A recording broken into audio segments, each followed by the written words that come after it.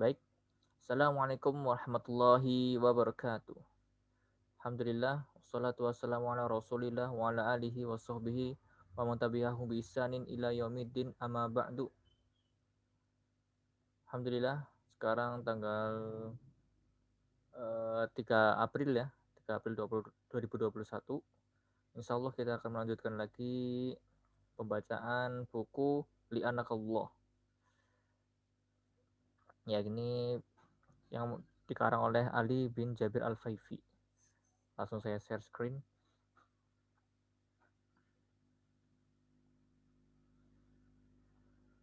Ini ya, sudah nampak. Bismillah. Kita mulai pembahasan Al-Hafiz. Ini yang maha memelihara. Apa sih Al-Hafiz itu ya? Nah, kita akan bahas insya Allah. Nah, ini ada seperti kata, kita selalu ingat manfaat sistem rem anti-lock, manfaat sistem pengereman kecepatan, manfaat kantong udara pengaman, manfaat sabuk pengaman. Tapi kita melupakan Allah. Karena hanya Allah yang memberi keamanan ya, memberi penjagaan kepada kita, yang memelihara kita. Nah ini, ada seorang bapak di Wonogiri yang berdoa, ya Allah jagalah anak-anak kami dari kemaksiatan. Nah ini, ternyata anak-anaknya lagi belajar agama di Jakarta. Ayo dibaca bersama-sama.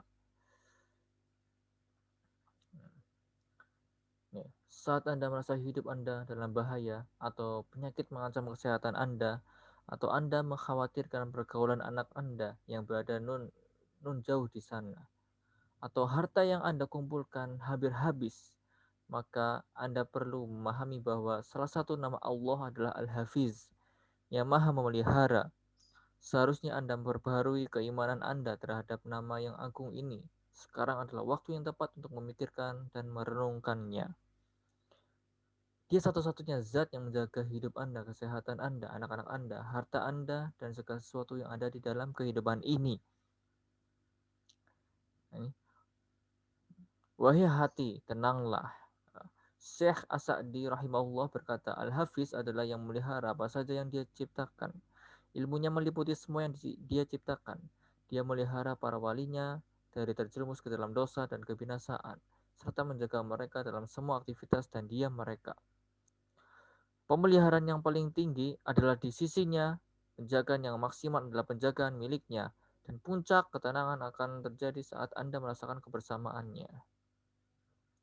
Dia selalu menjaga hambanya, oleh karena itu kita selalu mengucapkan Allahumma fadni min baini yadayya wa min khalfi wa an yamini wa an shimali wa min fawqi wa a'udzu bi'idhamatika an ubtala min tahti. Ya Allah, jagalah diriku dari arah depanku, dari belakangku, dari kananku, dari kiriku, dan dari atasku. Dan aku berlindung dengan keagunganmu, agar tidak disambar dari arah bawahku. Ini doa zikir pagi dan petang ini. Anda selalu memohon agar dijaga oleh Allah dari 6 arah. Anda meminta darinya penjagaan dari semua arah. Tidak akan ada yang sanggup melakukan seperti itu kecuali Dia. Dia yang akan menjaga pendengaran dan penglihatan Anda. Oleh karenanya, kita berdoa setiap pagi dan sore hari. Allahumma afini fi sam'i. Allahumma afini fi basari. Ya Allah, selamatkanlah pendengaranku. Ya Allah, selamatkanlah penglihatanku. Anda akan kehilangan alat untuk memahami alam semesta ini jika kehilangan pendengaran dan penglihatan Anda. Jika itu yang terjadi, maka Anda akan hidup dalam keterasingan yang serba hitam. Dunia akan mencekik Anda dengan kebisuannya. Qul ara'aytum in akhafallahu sam'akum wa basarakum wa khatama ala qulubikum manilahun ghairullahi ya'tikum bihi. Katakanlah, terangkanlah kepadaku jika Allah mencabut pendengaran dan penglihatan serta menutup hatimu, siapakah ilah selain Allah yang kuasa mengembalikannya kepadamu? Al-An'am ayat 46. Al-Hafiz, dialah yang menjaga pendengaran Anda, yang terkadang Anda gunakan untuk mendengarkan hal-hal yang diharamkan. Seandainya Dia mau, niscaya Dia akan menghilangkan dalam sekejap. Dia juga menjaga penglihatan Anda yang terkadang Anda gunakan melihat hal-hal yang diharamkan. Seandainya dia mau, dia akan menghilangkan dalam sekejap. Dia juga menjaga agama Anda. Oleh karena Anda berdoa kepadanya dalam sujud, Ya muqallibal qulubi wal absari, tsabbit qalbi ala dinik. Wahai yang membolak-balikan hati dan pandangan, teguhkanlah hatiku di atas agamamu. Jalan-jalan yang menyimpang. Seandainya dia tidak meneguhkan hati Anda di atas agamanya, niscaya syubhat dan hawa nafsu akan menguasai Anda. Berapa banyak orang yang berilmu menghabiskan umur mereka di antara buku dan tinta, tetapi Allah tidak menghendaki untuk menjaga keyakinan mereka. Mereka pun kafir kepadanya, dan sebagian ada yang menjadi ahli bid'ah. Sedangkan Anda dengan sedikit ilmu, tetapi masih bersujud kepadanya. Ini tidak lain karena Allah Al-Hafiz telah menjaga agama Anda. Seorang alim bernama Abdullah Al-Qasimi mengarang sebuah buku untuk membela agama Allah. Judulnya As-Sara' Baina Al-Islam wa Al-Wasaniyah. Pergumulan antara Islam dan paganisme. Ada yang memujinya secara berlebihan dari mimbar Al-Haram. Ada pula yang menyebut bahwa buku tersebut menjadi maharnya masuk surga. Setelah beberapa tahun berlalu, penyimpangan mulai mengetuk pintu hatinya. Kita memohon perlindungan kepada Allah. Mulailah berbagai syubhat memunculkan keraguan-raguan yang meliputi pikiran-pikirannya. Akhirnya, dalil-dalil yang tak terbantahkan berubah menjadi dalil-dalil yang mengandung kemungkinan-kemungkinan, dan hakikat berubah menjadi pendapat. Selanjutnya, dari balik syubhat dan kesesatan itu, dia mulai menulis buku yang menyerang Islam. Judulnya Hazi Hiya Al-Aghlal. Inilah belenggu. Dia berkata, sesungguhnya agama Allah adalah tali, belenggu, dan rantai pengikat. Kita berlindung kepada Allah dari dia terlantarkan seperti ini. Sesungguhnya Allah Al-Hafiz adalah yang menjaga agama Anda, bukan ilmu pengetahuan yang ada di kepala Anda. Jangan terpedaya oleh ilmu dan hafalan Anda terhadap kitab Allah maupun sunnah Nabi SAW. Demi Allah, Anda akan tersesat jika Allah tidak menjaga agama Anda. Inilah Bal'am bin Ba'ura. Allah telah memberikan pengetahuan kepadanya tentang namanya yang pasti tentang namanya yang paling agung, agar dia berdoa kepadanya kapanpun pasti dikabulkan. Tetapi pengetahuan Bal'am terhadap nama yang agung ini tidak bisa menjauhkan dari kesesatan, sehingga dia pun binasa bersama orang-orang yang binasa. Kita melupakan Allah. Dia yang menjaga kehidupan Anda. Oleh karena itu, kita menitipkan orang-orang yang kita cintai kepadanya. Tatkala kita berpamitan kepada mereka dalam safar, kita berdoa, Astaudi'uka Allah alladzi la tadhi'u wada'i'uhu. Aku titipkan kamu kepada Allah yang tidak akan tersia-siakan sesuatu yang dititipkan kepadanya. Tidak mungkin menyia-siakan titipan karena dia sempurna dalam penjagaan dan pengawasannya. Setiap kecelakaan yang pelakunya selamat dan di belakangnya ada faktor yang menyelamatkannya dari kecelakaan tersebut, maka asosiasi kita langsung tertuju pada sistem rem anti-lock ABS, rem pengurang kecepatan, kantong udara pengaman, dan sabuk pengaman. Tetapi kita melupakan Allah. Tatkala gelombang ombak mengobang-ambingkan kapal. Tatkala gelombang ombak mengobang-ambingkan kapal dengan dahsyat, sementara hati sudah naik menyesak sampai ke tenggorokan. Siapakah yang akan menjaga kapal hingga tidak tertelan lautan? Saya pernah menyaksikan rekaman video sebuah kapal yang terombang-ambing ombak.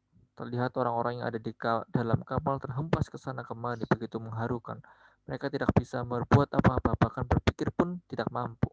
Satu-satunya yang bisa mereka lakukan adalah berpegangan kepada benda apapun. Kemudian tampilan gambar dari kamera dari luar kapal. Saya melihat kapal tersebut laksana serangga kecil di tengah ombak yang sangat besar.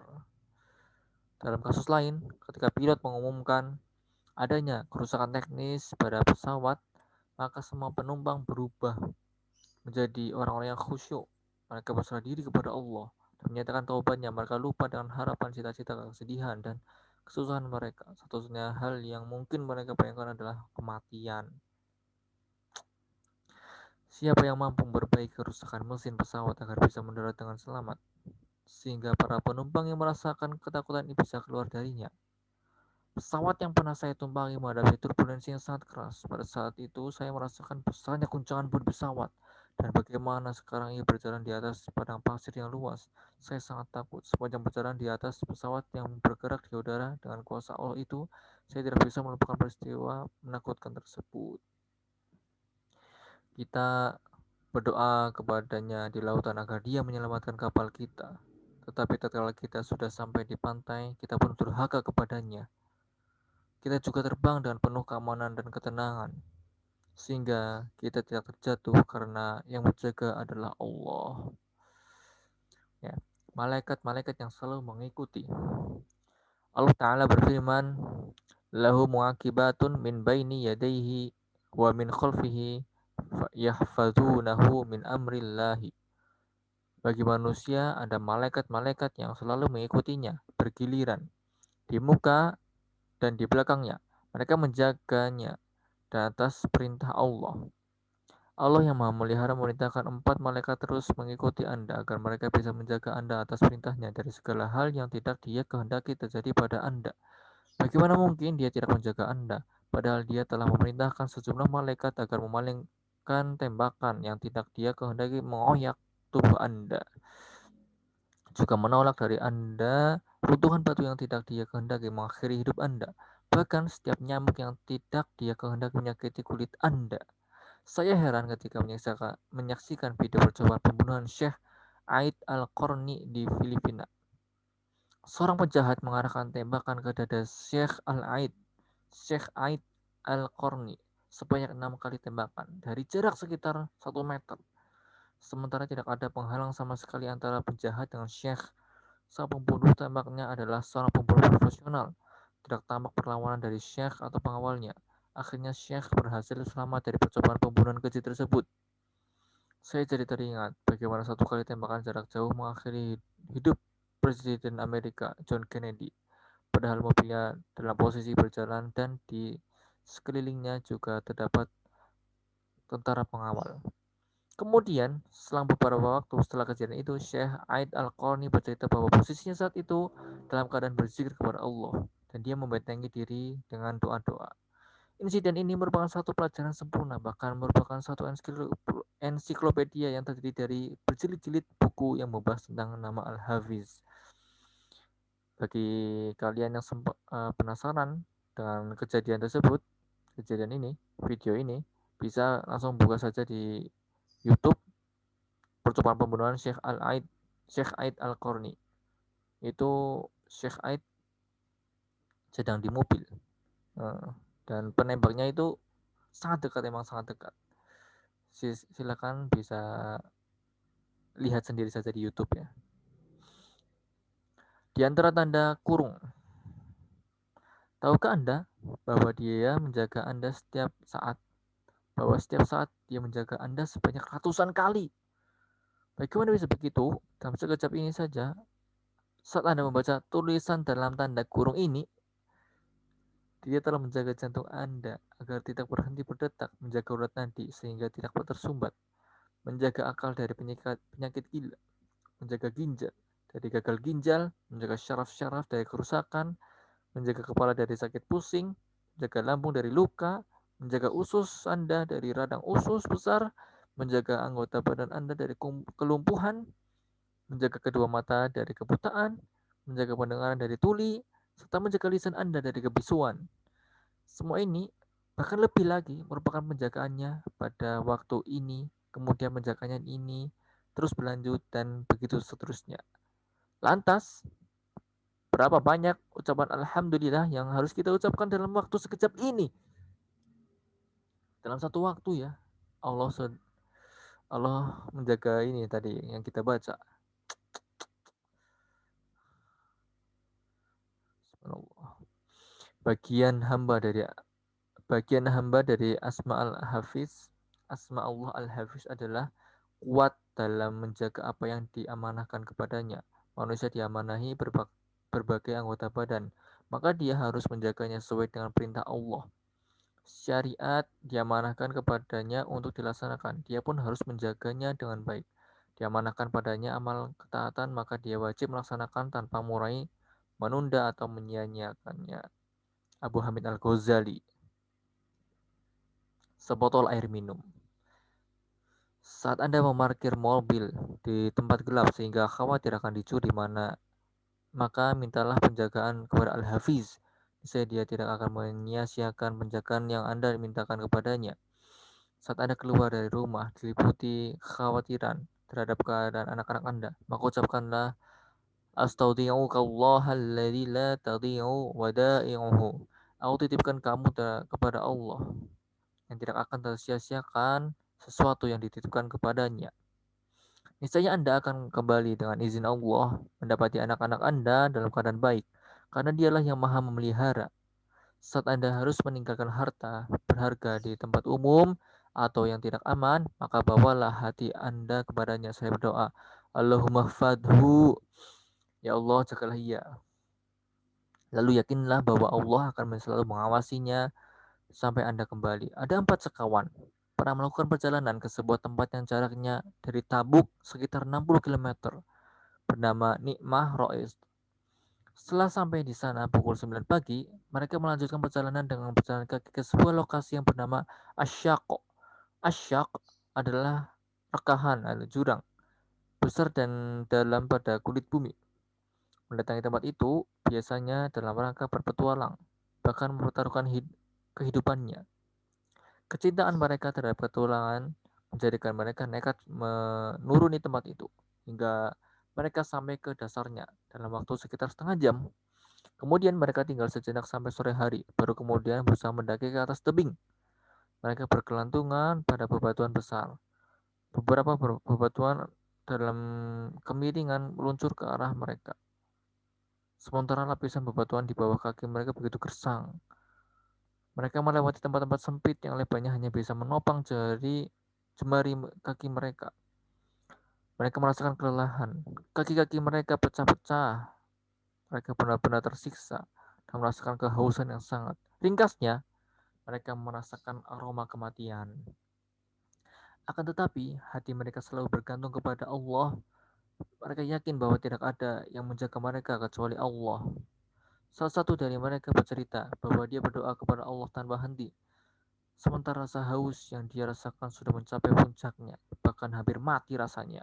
Sekonyong-konyong, ya, di tempat yang tidak mungkin diinjak oleh kaki manusia dalam beberapa waktu sebelumnya, dia melihat botol air minum kemasan, air yang bersih. Dia sangat gembira, namun bukan karena air kemasan itu, tapi dia bergembira karena Allah membersamainya. Dia tahu bahwa Allah yang telah mendatangkan botol air pada waktu itu pasti akan menyelamatkan mereka dari petualangan yang mematikan tersebut. Seorang petualang seperti ini ya. Dalam beratnya botol itu tak sekedar menunjukkan keselamatan dari kematian, tetapi mengisyaratkan penjagaan dari Allah yang maha memelihara. Al-Hafiz. Beberapa saat sebelum maghrib, mereka sampai di puncak tanah yang datar. Sementara kondisi wajah mereka hitam, pakaian mereka terkoyak, dan darah mengalir dari kaki mereka. Sementara keimanan mereka kepada Allah sebesar gunung-gunung yang mengelilingi mereka itu. Terkadang mata tidak bisa tidur semalaman, atau terkadang juga tidur karena urusan-urusan yang akan terjadi atau tidak terjadi.